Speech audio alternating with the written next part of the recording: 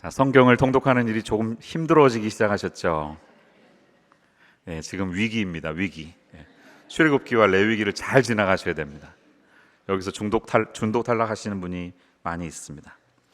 출애굽기 20장 이후가 되면 10계명을 주시면서 하나님이 시내산에서 쭉 말씀하시는 율법들이 31장까지 나오죠. 25장에서 31장까지 세세하게 선포되는데요. 우리에게는 그게 너무나 먼 고대 근동의 고문서를 읽는 느낌이어서 흥미가 떨어집니다. 지루합니다. 특별히 이 성막과 거기에 들어가는 기구들에 대한 그림이 전혀 이해되지 않는 상황 속에서 이 출애굽기 레위기를 읽어나가는 게 쉽지 않습니다. 어떻게 제가 도움을 드리면 좋을까요? 우선 이 출애굽기의 전체적인 흐름을 이해해 주시면 좋겠습니다. 모세가 시내산에서 혼자 올라가서 하나님의 율법을 쭉 듣고 있는 사이에 그 아래에 있었던 백성들의 기준에는 시간이 너무 오래 걸리는 거예요. 40일 가까워 오니까 이제 지체가 돼서 막 아론을 닥달합니다. 우리를 위해서 신을 만들어 달라 이렇게 부탁을 합니다. 그래서 아론이 못 이기는 척하고 너희 집에 있는 금 다 가져와라, 금고리 가져와라 해서 그걸 주틀에 부어서 만든 다음에 깎아서 금송아지를 만들죠. 그게 하나님을 굉장히 분노하게 하셨습니다. 왜 그랬을까요? 아니, 여태까지 역사를 보면 어떻게 이들을 인도해 내셨는데 그 금골이 누가 준 겁니까? 자기네 거였습니까? 아니요. 이집트 땅에서 받아온 거였어요. 강제로 금골이 다 그냥 선물로 이거 가져가라고 뺏어왔잖아요. 자기들 것도 아니면서 하나님 건데도 마치 자기들이 주도해서 뭔가를 하는 것처럼 자신들의 신을 만들어내는 모습이 하나님 입장에서는 굉장히 그냥 기가 막힌 일이었을 겁니다. 배신감을 비롯한 여러 마음이 드신 하나님을 겨우겨우 모세가 중보기도로 마음을 하나님께 올려드렸을 때 놀랍게도 하나님의 마음을 돌이키시고 언약을 갱신하십니다. 그래서 다시 언약을 맺으시고 두 번째 돌판을 들고 모세가 내려오게 되죠.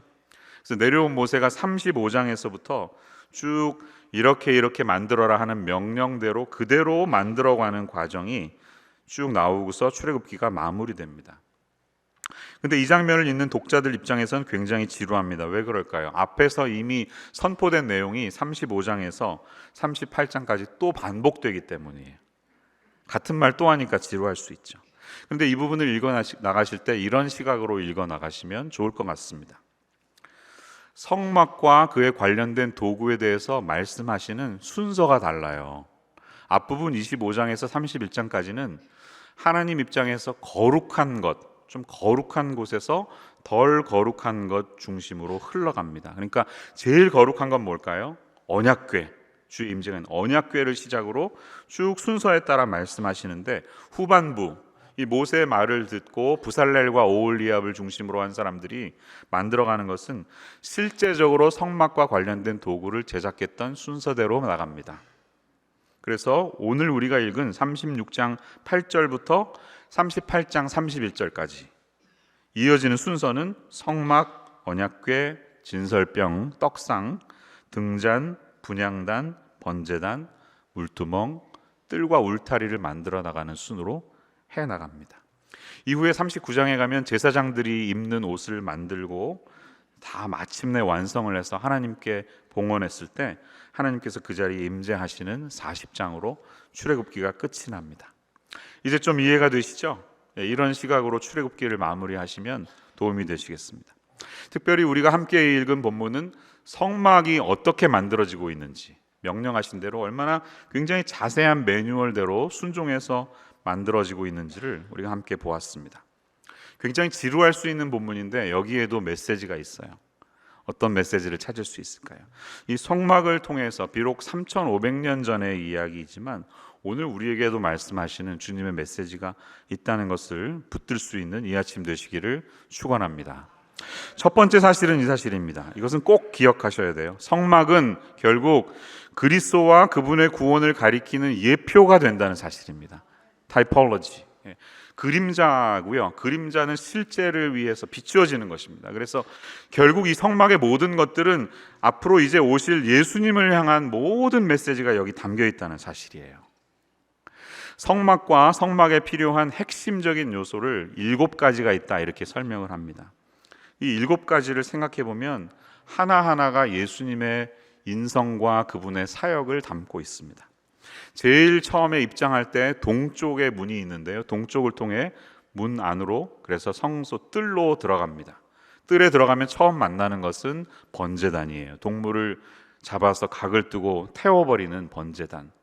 그 다음에 물두멍이 있습니다. 거기서 손과 발을 씻고요, 제사장들이 성결케 합니다. 그리고 나면 성소와 지성소로 들어가는데요, 30에 10규빗이에요. 한 규빗은 여기에서부터 여기까지, 성인이니까 약 45cm이거든요. 그러니까 한번 계산해 보세요. 지성소는 10규빗, 10규빗이니까 4.5, 4.5, 크지 않습니다. 그리고 성소는 20에 10이에요. 9m에 4.5. 크게 보일 수도 있지만 굉장히 소박한 이 건물 안으로 들어가게 되는 것이에요. 들어가면 오른쪽, 그러니까 북쪽에는 떡상이 있습니다. 거기에는 이스라엘 지파를 상징하는 12개의 빵이 있는데 일주일마다 그것을 바꿉니다. 신선한 빵을 먹으라는 것이에요. 그 반대편에는 금 등잔이 있습니다. 7개의 불을 비치는 금 등잔이 왼쪽에 있습니다. 그리고 중앙에는 분향단이 있어요. 거기서 날마다 계속해서 향이 피어 올라가는 것이에요. 그게 성소고, 그리고 나서 휘장을 통해 지성소에 들어가면 4.5, 4.5, 그 작은 공간에 딱 하나가 있어요. 뭐가 있나요? 언약궤가 있습니다. 근데 이 언약궤는 그 안에 십계명이 있었고 또 만나가 있었다고 하죠. 근데 그것을 보면 죽기 때문에 그것을 덮는 커버가 있었어요. 그것을 시은좌라고 합니다. 은혜가 내리는 자리, mercy seat라고 해서 이렇게 그룹 천사의 형상을 띈 것이 그것을 딱 덮고 있는 것입니다. 그걸 보면 우리가 죽으니까. 자, 여기까지 제가 설명해 드렸는데 무슨 말인가 하시는 분이 계시죠. 어려워요. 여전히 처음 읽는 분들은 더더욱 어렵습니다. 이럴 때 우리에게 필요한 것이 시각적인 효과예요. 눈으로 봐야 확인이 돼요. 그래서 제가 좀 유튜브를 많이 찾아봤는데 바이블 씬스라고 하는 채널이 있습니다. 영국의 어떤 분이 사명감을 가지고 성경에 등장하는 그런 장면들을 어떻게 시각화할 수 있을까, 자기가 개인이 하는 것인데요, 굉장히 성경적으로 잘 만들었어요. 그래서 여러분들에게 추천해드리고 싶습니다. 우리 검색하면 다 나오지만 어떤 사이트는 몰몬들이 운영하는 곳도 있고 이래서 성경적인 채널을 소개해드리고 싶은데 바이블 씬은 참 좋은 것 같아요.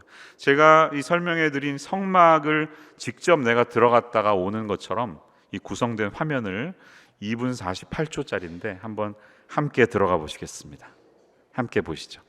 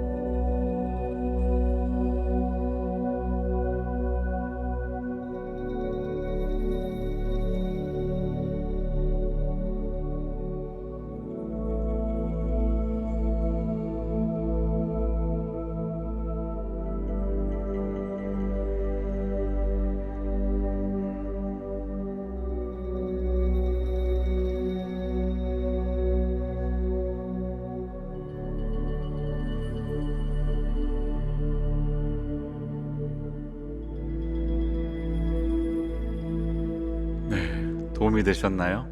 네. 저랬겠구나 상상이 되시죠? 성경이 말한 대로 한번 실현해 본 것입니다. 자, 그런데 한번 진지하게 생각해 보십시오. 이 성막에 다 들어가는 제가 말씀드린 7가지 요소에 대해서 한번 묵상해 보세요. 이 모든 요소들은 예수 그리스도를 상징하거나 그분이 우리의 구원을 위해서 어떠한 사역을 하셨는지를 보여주는 예표들이라는 것입니다. 그래서 이 구약을 설명하는 히브리서, 신약 히브리서 9장 9절에서 12절을 보면 이렇게 말씀하고 있어요. 이 장막은 현재까지의 비유니 이에 따라 드리는 예물과 제사는 섬기는 자를 그 양심상 온전하게 할 수 없나니 이런 것은 먹고 마시는 것과 여러 가지 씻는 것과 함께 육체의 예법일 뿐이며 개혁할 때까지 맡겨둔 것이니라. 잠시 임시적인 거라는 거예요. 그런데 실체가 왔습니다. 그리스도께서는 장래 좋은 일의 대제사장으로 오사 손으로 짓지 아니한 것 곧 이 창조에 속하지 아니한 더 크고 온전한 장막으로 말미암아 염소와 송아지의 피로 하지 아니하고 오직 자기의 피로 영원한 속죄를 이루사 단번에 성소에 들어가셨느니라. 아멘. 그러니까 성막은 결국 이 예수님과 그분의 사역을 가리키는 모형으로서 그 안에 있는 모든 요소들이 예수님이 어떤 분이신지, 그분이 어떤 사역을 하셨는지를 잘 묘사하고 있다는 뜻이에요. 성막들 오른쪽에만 있는 문은 구원의 교리를 상징합니다.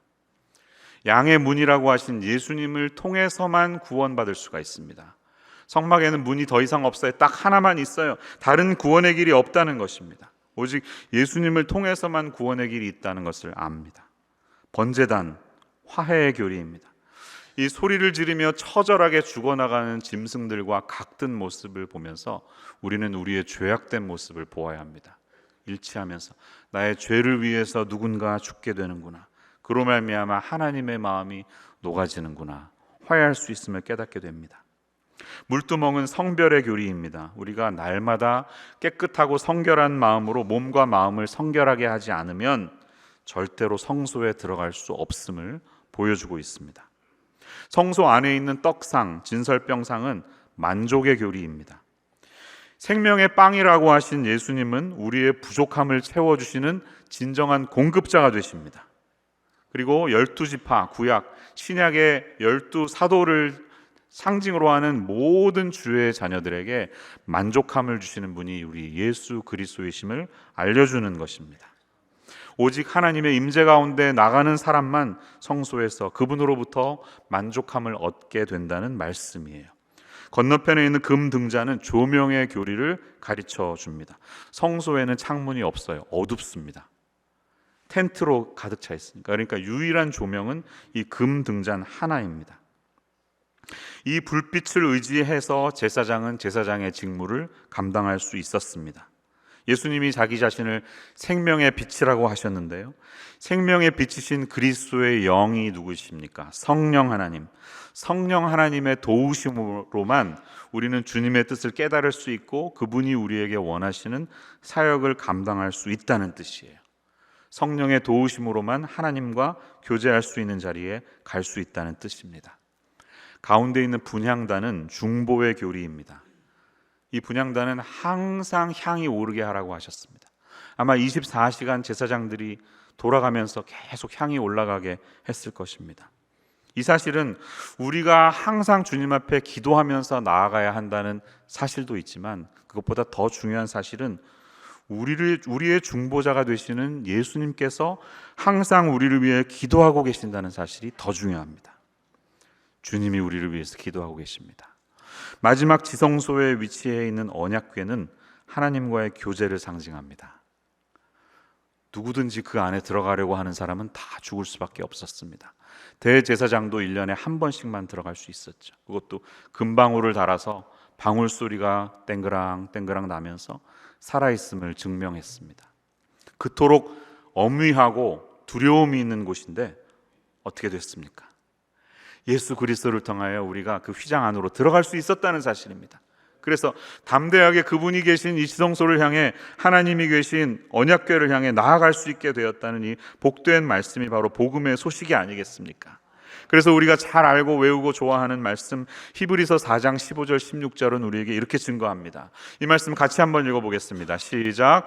우리에게 있는 대제사장은 우리의 연약함을 동정하지 못하실 리가 아니요 모든 일에 우리와 똑같이 시험을 받은 자로 돼 죄는 없으시니라. 그러므로 우리는 긍휼하심을 받고 때를 따라 돕는 은혜를 얻기 위하여 은혜의 보좌 앞에 담대히 나아갈 것이니 Therefore we proceed into the throne of grace. 은혜의 보좌라는 것은 바로 그 언약궤를 덮고 있었던 시은자 멀시 시트를 말하는 것입니다. 이제는 더 이상 두려움 없이 예수님이 하신 일 때문에 우리가 주님 앞에 담대히 나아갈 수 있음을 감사하시는 이 아침 되시기를 축원합니다.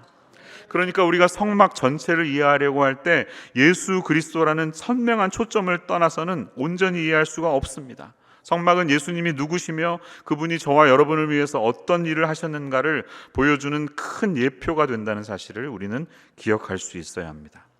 특별히 오늘 본문에서 이 자세한 매뉴얼에 따라서 말씀하신 그대로 성막을 완성해가는 브살렐과 오홀리압을 비롯한 하나님의 사람들, 건축자들의 모습을 보고 있는데요.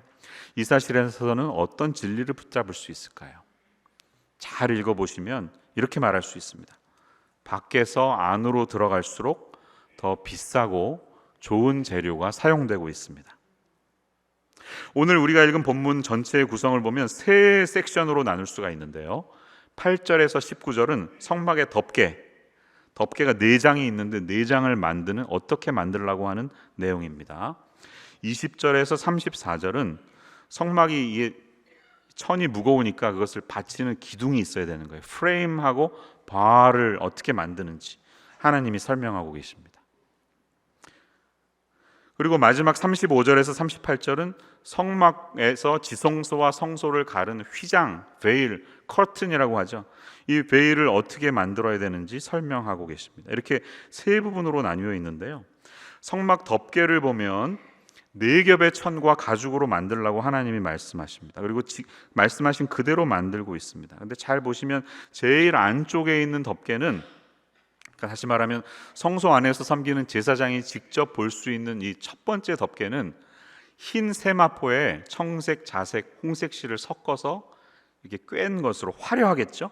거기에 그룹이라고 하는 천사의 형상을 새겨서 이렇게 올리라고 말씀하고 있습니다. 그게 8절 말씀이에요. 8절에서 그렇게 말합니다. 그럼 두 번째 덮개는 그 위에 염소털로 만든 울을 재료로 한 막이 덮여졌다고 말합니다. 14절을 보세요. 그 성막을 덮는 막 곧 휘장을 염소털로 만들되 11폭을 만들었으니 라고 말하고 있습니다. 그 다음에 세 번째는 그 위를 붉은 물을 들인 수양 가죽으로 덮었다고 말합니다. 19절 앞부분 보세요. 붉은 물 들인 순양의 가죽으로 막의 덮개를 만들고, 그리고 맨 마지막은 해달의 가죽으로 그 윗덮개를 만들었더라 말합니다.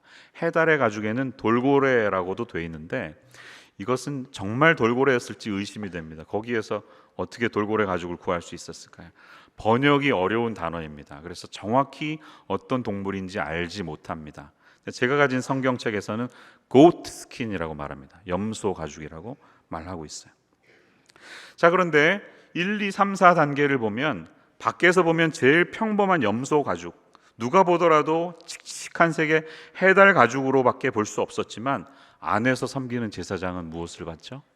굉장히 화려한 4가지 색깔로 화려하게 치장되고 꼬아져 있는 이 찬란한 천정을, 세마포를 쳐다보면서 하나님의 사역을 감당했을 것입니다. 이 전체가 굉장히 넓었기 때문에 같은 사이즈 여러 장을 이어 붙이는 형태로 이 텐트 커버를 만들어라고 했는데요. 13절을 보시면 세마포를 연결하는 데에는 금 갈고리를 사용했습니다. 13절, 금 갈고리 50개를 만들어, 이렇게 성막 자체를 50개로 연결하라는 뜻입니다. 자, 그런데 18절을 보면 이제 그 위에는 염소털 쳐는 놋 갈고리를 사용했다는 것을 볼 수가 있습니다. 놋 갈고리 50개를 만들어. 자, 여기에서도 우리가 밖에서 안으로 갈수록 점점 더 비싸고 좋은 재료가 사용되는 것을 보게 되죠. 그런 원리들이 있다는 것입니다. 성막 안에 있는 기구들은 금으로 만들어졌거나 아카시아 나무, 시띠나무에 금으로 입힌 그렇게 만들어진 도구인 반면 성막 뜰에 있는 바깥에 있는 기구들, 물두멍과 번제단은 노수로 만들었다는 사실을 알 수가 있습니다. 그러니까 밖에서는 그 아름다움과 가치를 온전히 이해할 수 없지만 안으로 깊이 들어갈수록 더 아름답고 찬란한 가치를 볼 수 있게 된다는 사실이에요. 이게 성막이 어떤 곳인지, 하나님이 어떤 분이신지를 알려주는 사인입니다. 결국 이 성막의 구조는 언약궤를 중심으로 지성소 안에 있는 언약궤를 향해서 밖에서 안으로 들어가는 것을 보여주고 있는데요, 이 프레임이나 바를 만드는 과정도 하나님께서 얼마나 질서 있게 조각목을 널판 금으로 싸서 남쪽과 북쪽에 20개, 뒤편에 6개, 그리고 다른 편에 2개가 되는 널판을 하나씩 세어서 48개의 널판을 세우라고 하셨는데 12지파 이스라엘 백성 곱하기 4, 네 방향, 얼마나 정교하고 메시지가 있는지 우리가 볼 수가 있습니다. 그리고 마지막 35절에서 38절은 휘장에 대한 말씀을 설명하고 있습니다. 이 휘장 역시 하얀 세마포 린넨에다가 청색, 자색, 홍색 실로 그룹 천사를 수놓아서 만들었고 아래에 금 갈고리를 달아서 늘어지게 만들었다, 이렇게 말씀하고 있거든요. 그런데 이 그룹 천사를 여러분 아십니까? 그룹 천사, 성경에 보면 천사의 두 종류가 있어요. 스랍 천사가 있고 그룹 천사가 있습니다. 세라핌, 이 스랍 천사는 하나님 곁에서 하나님을 수종드는 천사들이었습니다. 예배의 현장, 섬김의 현장에 스랍 천사들이 있었어요. 이사야 6장에서 이사야가 하나님의 비전을 보았을 때 천사들이 이렇게 날개 6개 달린 천사가 거룩 거룩 거룩 외치는데요, 그 영광에 사로잡히는데 그 천사들이 세라핌, 스랍 천사였습니다. 그런데 그룹 천사는 하나님의 임재를 보호하는 역할을 했습니다. 프로텍션하는 역할을 했어요. 그래서 창세기 3장에서 에덴 동산에서 아담과 하와가 쫓겨났을 때 이 천사들을 세워서 들어오지 못하도록 지키셨는데 그때 천사들이 그룹 천사라고 기록해 있습니다. 그룹 천사는 우리가 겁없이 함부로 하나님 앞에 나아가면 죽을 수밖에 없기 때문에 우리의 죽음을 방지하기 위해서 하나님께서 세워주신 보호하는 천사입니다. 그런데 성소와 지성소 사이에 온갖 이 장막 안에 그룹 천사의 형상을 새겼다는 것은 Do not enter 이거잖아요. 접근 금지라는 것이 아니겠습니까? 자, 그런 기능을 하는 그룹인데 특별히 지성소를 막는 이 휘장은 굉장히 두꺼웠다고 합니다. 성전을 지었을 때는요, 약 2에서 4인치 등 굉장히 두꺼운 이 휘장이 있었기 때문에 누구도 쉽게 찢을 수 없는 상황인데 놀랍게도 어떤 일이 벌어지죠? 예수님이 돌아가셨던 그 순간 동시에 성전에 있는 휘장이 위에서부터 아래로 쫙 찢어졌다고 말합니다. 말 적어도 4마리가 양쪽에서 끌어야 찢을 수 있는 힘이었다고 말하는데요, 그 사실을 마태복음 27장 51절은 이렇게 말하고 있습니다. 이에 성소 휘장이 위로부터 아래까지 찢어져 둘이 되고 땅이 진동하며 바위가 터지고. 여러분, 이것이 무엇을 상징합니까? 우리의 힘으로는 함부로 하나님 앞에 나아갈 수 없는 그 거룩한 자리를 맡고 있는 휘장이 이제 무장 해제가 되었다는 사실입니다. 누구라도 예수님의 이름을 의지해서 그분의 구속하심을 힘입어서 나아가는 자에게는 이 은혜의 보좌 앞에 지성소에 담대히 들어갈 수 있는 특권이 생겼다는 사실에 감사할 수 있는 오늘 이 아침 되시기를 축원합니다. 그것이 우리가 기억하고 있는 소망이에요. 결국 예수님이 이 성막을 완성하신 분이시다라고 말할 수 있습니다. 그런데 거기서 끝나지 않고 이 휘장이 바로 예수님이라는 사실을 히브리서 10장은 이렇게 말하고 있습니다. 19절 20절 같이 한번 읽어볼게요. 시작. 그러므로 형제들아, 우리가 예수의 피를 힘입어 성소에 들어갈 담력을 얻었나니 그 길은 우리를 위하여 휘장 가운데로 열어놓으신 새로운 살 길이요 휘장은 그의 육체니라. 할렐루야. 예수님이 십자가에서 육체가 찢어지는 일, 그분이 몸을 우리를 위해서 희생하셨기 때문에 저와 여러분이 하나님이 계신 그 구원의 자리로 나아갈 수 있는 특권을 얻게 되었다는 사실입니다. 그런데 그 예수님은 우리와 함께 하시기 위해서 이 땅에 성막이 되셔서 거하셨다, 이렇게 말합니다. 죄로 가득한 우리의 이스라엘 진 중앙에 하나님께서 성막을 만들라고 하시고 거기 거하시겠다고 말씀하신 것처럼 예수님이 우리를 위해서 이 땅에 내려오셨다고 하는 사실을 요한복음 1장 14절은 이렇게 말씀하셨죠. 말씀이 육신이 되어 우리 가운데 거하심에 The word became flesh and tabernacled with us. 거기에서 사용된 거하심에라는 단어가 스케노라는 헬라어인데 원 의미를 해석하면 천막을 치고 살다라는 뜻입니다. 예수님이 천막을 치고 우리와 함께 거하시기 위해서 내려오셨다는 것이에요. 이것은 의도적으로 예수님이 바로 그 성막이 되셨음을 보여주는 메시지인 것입니다. 요한복음 2장에 가면 예수님이 예루살렘 성전을 내려다보시면서 한마디 하십니다. 저 헤롯이 지은 성전을 봐라. 저걸 허물어버려라. 내가 3일 만에 다시 다 일으킬 거다. 말씀하니까 옆에서 듣던 사람들이 야, 이 성전은 46년 동안 지었는데 당신이 어떻게 3일 만에 지을 수가 있습니까? 하니까 요한복음 2장 21절에서 그 성전은 자기 육체를 가리켜 말씀하신 것이라, 이런 내용이 등장하죠. 예수님이 사흘 만에 부활하셔서 새로운 성전이 되실 것을 상징적으로 말씀하셨던 것입니다. 성전은 내 몸이다 라고 말씀하신 것입니다.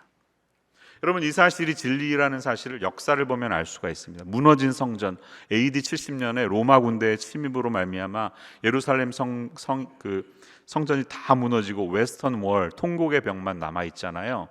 근데 지금까지 건설이 되지 않고 있는 것이 그것의 증거라고 볼 수 있습니다.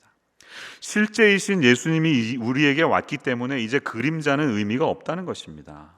예수님께서 자기 자신이 제물이 되시고 대제사장이 되셔서 구약의 제사를 완성하셨기 때문에 더 이상 하나님 앞에서 성전 제사가 드려질 이유가 없다는 것이에요.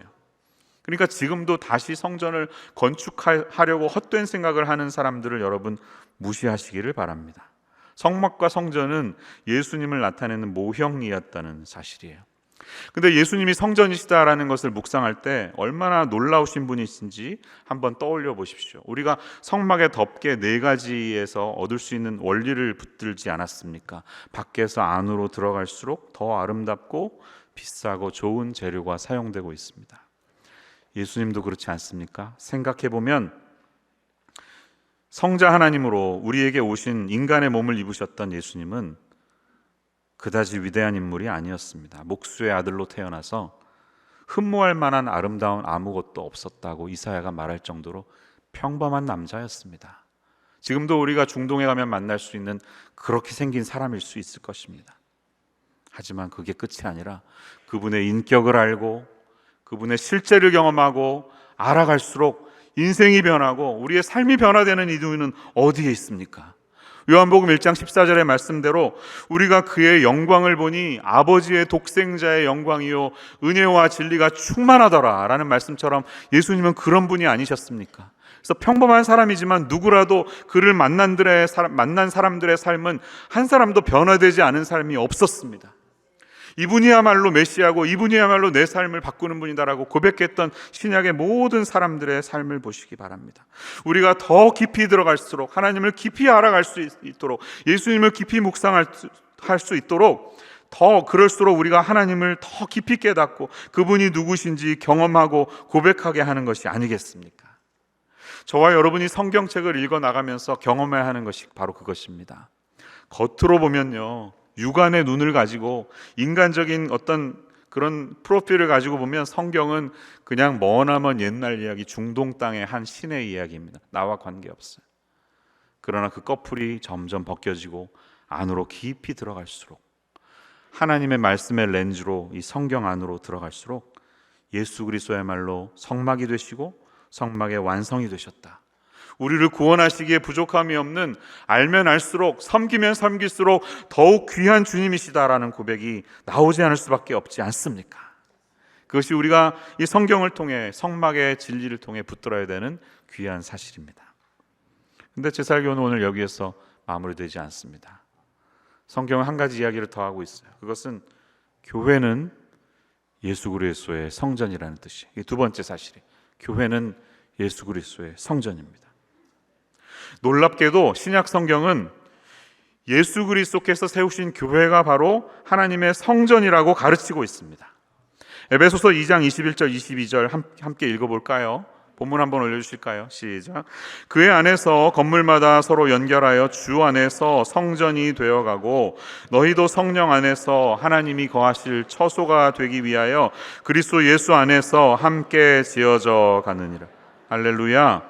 이것이 바로 교회에 대한 바울 사도의 영감 어린 말씀이었습니다. 교회가 바로 하나님께서 거하실 지어져가는 성전이라고 우리는 성령의 영감으로 그것을 깨달을 수 있게 된 것입니다. 주님께서 성전이 되신 것이 끝이 아니라 그분이 머리 되신 그분 안에 연결된 우리 모두가 그리스도의 몸이 바로 성전이라는 사실은 너무나 당연하죠. 우리는 그 사실 안에서 그리스도의 몸을 세워가고 있는 중입니다. 에베소서 4장 12절은 이렇게 말하죠. 이는 성도를 온전하게 하여 봉사일을 하게 하며 뭘 한다고요? 그리스도의 몸을 세우려 하심이라. 저와 여러분은 예수님과 연결되어서 그분이 거하신 하나님이 거하시는 이 성전을 세워가고 있는 중입니다. 그런데 바울 사도는 또 이런 말을 합니다. 고린도전서 6장 19절 20절 말씀을 보면 너희 몸은 너희가 하나님께로부터 받은 바 너희 가운데 계신 성령의 전인 줄을 알지 못하느냐. 너희는 너희 것이 아니라 값으로 산 것이 되었으니 그런즉 너희 몸으로 하나님께 영광을 돌리라 말합니다. 그러니까 우리 자신이 얼마나 주님 앞에 소중한 존재이고 우리의 몸과 마음을 잘 관리해야 되는지 다시 한번 기억할 수 있어야 합니다. 이 교회도 성막과 똑같은 원리를 간직하고 있다는 사실을 붙드시기를 바랍니다. 이 교회야말로 하나님이 그분이 거하시는 아름다운 성전이라는 사실을 계속해서 확증함에도 불구하고 우리는 스스로가 너무 연약해 보여서 교회를 떠올릴 때 별것 없는 것이야, 유약하다는 생각을 많이 합니다. 실제로 겉모습을 보면 그렇습니다. 교회는 굉장히 약해 보입니다. 아무리 건물을 화려하게 지어봐야 여러분 실리콘밸리에 있는 아주 유수한 기업들의 헤드쿼터와 비교할 수가 있습니까? 상대가 안 되겠죠. 화려함으로는 상대가 안 될 것입니다. 구성원들도 여러분 우리 안에 있는 모든 분들이 다 뛰어나고 탁월한 분들이 아니에요. 별것 없어 보이는 사람들이 있어 보입니다. 하지만 교회는 존귀하고 아름다운 곳입니다. 하나님께서 거하시는 것이고 그분의 성전이기 때문에 그 인간적인 눈을 다 거두고 깊이 들어가면 들어갈수록 얼마나 아름답고 존귀한 곳인지 우리가 깨달을 수 있다는 사실이에요. 이 교회의 영광스러움을 잊지 않는 저와 여러분의 삶이 되시기를 축원합니다. 우리 모두는 이 영광스러움을 담아내기 위해서 주님 앞에서 지어져 가고 있는 중입니다. 만들어지고 있는 중이에요. 그러니까 서로가 서로를 조금 참아주시면 좋겠어요. 기다려 주십시오. 하나님의 시간에 그분의 뜻 안에서 저분은 왜 이렇게 공사가 오래 걸릴까? 공사가 더디 걸리네. 그런 마음을 가질 수는 있지만 그 마음으로 기다려 주실 수 있어야 하는 것입니다. 고린도전서 13장의 제일 처음 사랑장의 맨 앞부분은 Love is patient.